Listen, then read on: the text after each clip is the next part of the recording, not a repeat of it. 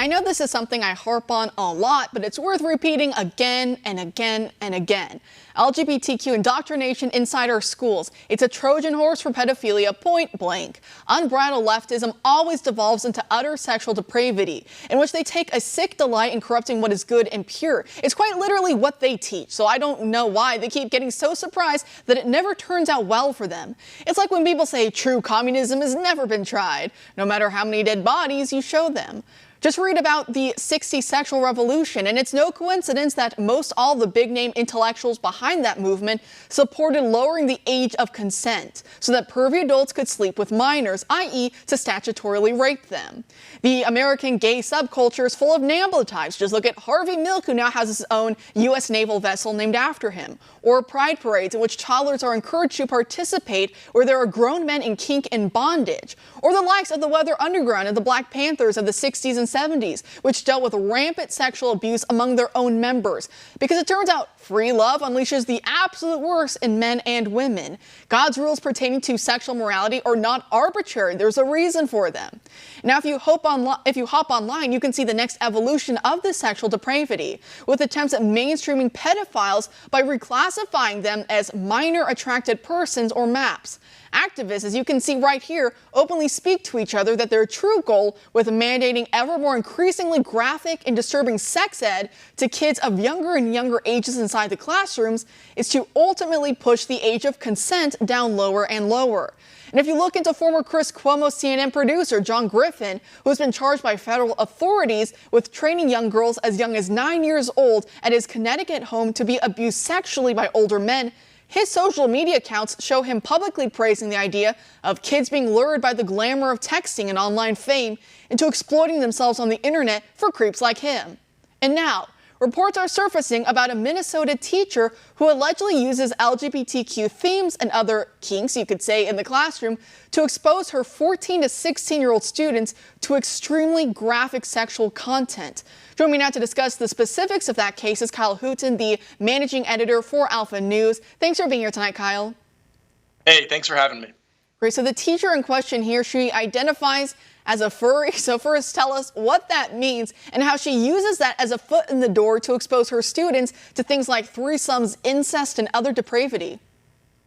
Right, so furries are people who derive pleasure from dressing up as anthropomorphic animals. If you think this is bestiality adjacent, you're probably correct. Although segments of the furry community, I learned in my research, attempt to deny that it's a fetish, just Google the word furry and hit images. You'll pretty quickly realize that these are sick, twisted people. And here in Minnesota, we have a teacher in a very small school district in a town of only less than 700 people who considers herself a furry, talks about her fursona, the alternate identity that furries develop when they're in the fur costume, and tells students about the three-way sexual relationship that she has between her husband and another lesbian woman. She's also introduced students to concepts like incest. We're hearing reports that she failed to decry incest and instead said that it's just another lifestyle that some people choose to indulge in. Students are very concerned. Parents are very concerned. It looks like there's some really sick stuff being taught to children here in Minnesota. It is, and I think for a lot of parents watching, they need to be aware that those pictures that they were just seeing right now on their screens of the furries, to be on the lookout for that in case their kids are, stumbling into that subculture in themselves, because it starts out innocent enough among a lot of middle schoolers and others, but it does quickly devolve into something much worse. And so, to save your kids if you to start seeing those inklings. And when it comes to this specific Minnesota school and school district and this teacher, it seems that some parents got their hands on some poems, I believe, that she was assigning to students. I have the name here, I believe. Lisp and Lure were the two poems, and of course they contacted the Child Protection League about this. What were those poems about? Right. So what happened is the parents were very concerned, and they got in touch with their representative, Republican Peggy Bennett, a state representative here in Minnesota.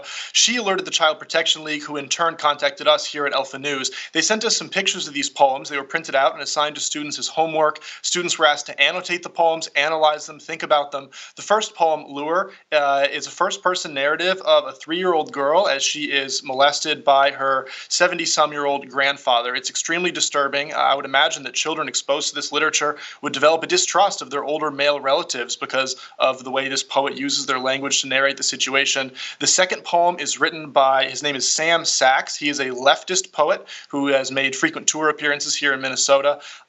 He writes about the experiences of a young homosexual boy as he uncovers his sexuality, speaking in the first person about the various sex acts that he would like to perform. One line in the poem talks about how his voice is like a spoonful of sugared semen, very vulgar stuff with little educational value. And that's exactly right. And again, this is why I push this idea so hard about LGBTQ indoctrination in the schools. It really is this Trojan horse, is the foot in the door for some creepy older adults to use our kids for illicit ends. And now looking at the Child Protection League has gotten involved, as you mentioned. Have you heard anything back from the superintendent? I believe they sent a letter. Correct. I was in touch with the Child Protection League, Julie Quist, just earlier today. She said that the town has been rallying against this perversion in the schools, that parents are very upset. Earlier today, 50 parents showed up to a meeting to voice their distaste for these vulgar materials in the classroom. However, there has been no response from the school district. Alpha News reached out to the school district. The Child Protection League reached out to the school district, and the school district is aware that a state representative is also concerned, yet we've heard absolutely nothing back. And I'd like to remind people, this isn't Los Angeles, this isn't New York City, this is a small town in Minnesota, Alden, Minnesota. Less than 700 people live there. This is a small school district that's all housed under one roof, and yet this leftist ideology has managed to permeate even to the most rural areas that are traditionally strongholds of Christian conservatism.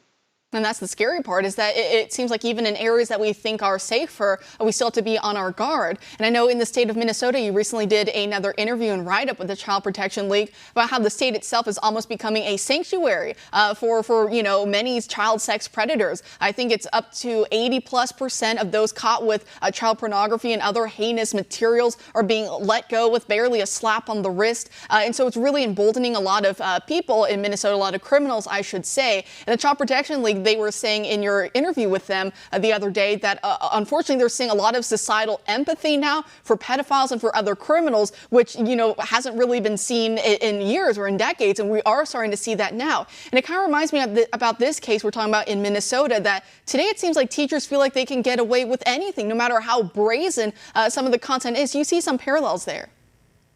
Yeah, what you just mentioned with the pedophiles in Minnesota is unbelievably disturbing and absolutely correct. About 9 in 10 people caught with child sexual abuse imagery in Minnesota don't see the inside of a jail cell. They're immediately put on probation. And it looks like the leftists here are trying to expand this. You might remember the Minnesota Freedom Fund. They've grabbed headlines. Well, their former executive director sits on the Minnesota Sentencing Guidelines Commission and has a role in deciding what happens to criminals who are busted in the state. She's leading a charge within that commission to reduce the penalties that sex offenders and other serious criminals would face upon reoffending. That means that if a child sex abuser is caught, jailed, released on probation, and reoffends, that second offense would not carry a harsher penalty than the first. The judge would not be allowed to consider this individual's pattern, this individual's history with child abuse when leveraging the second sentence. I don't understand how that makes any sense, and I don't understand how it makes this state safer for our children. Well, that's exactly right. Kyle, thanks for staying on top of this, and thanks for joining us tonight. Thanks for having me.